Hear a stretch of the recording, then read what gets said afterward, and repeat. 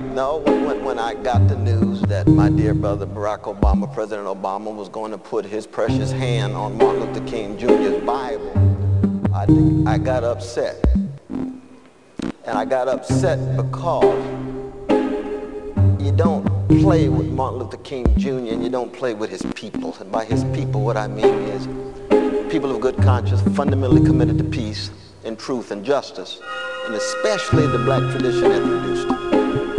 All the blood, sweat, and tears that went into producing a Martin Luther King Jr. generated a brother of such high decency and dignity that you don't use his prophetic fire as just a moment in a presidential pageantry without understanding the challenge that he presents to all of those in power, no matter what color they are.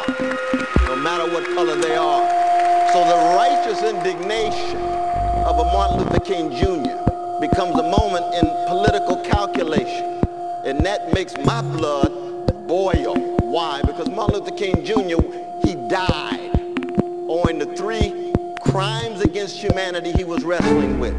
Jim Crow, traumatizing, terrorizing, stigmatizing black people, lynching and so forth, not just segregation, the way the press likes to talk about it. Second, carpet bombing in Vietnam, killing innocent people, especially innocent children. Those are war crimes Martin Luther King Jr. was willing to die for.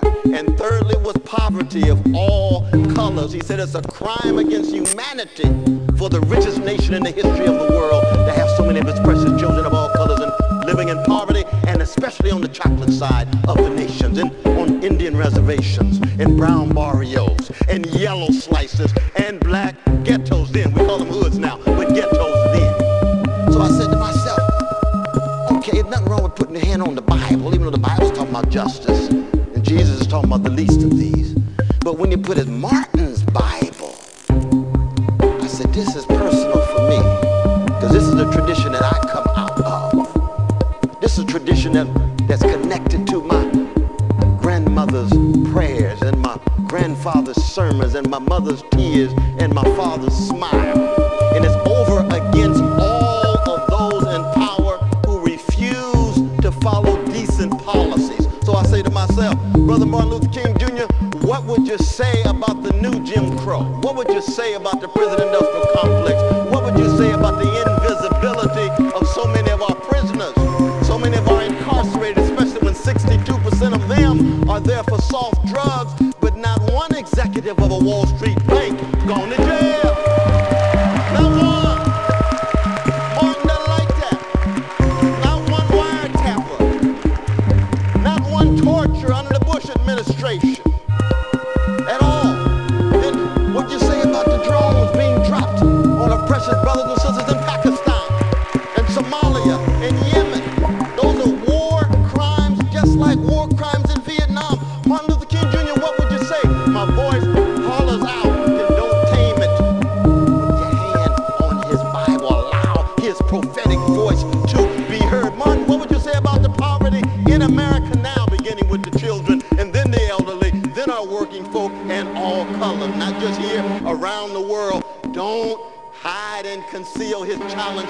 Don't tame his prophetic fire. So as much as I'm glad that Barack Obama won, I think that Brother Mitt Romney would have been a catastrophe, and I understand my Brother Newt told the truth of him about vampire capitalism, but that's true for the system as a whole, not just Mitt Romney in that regard.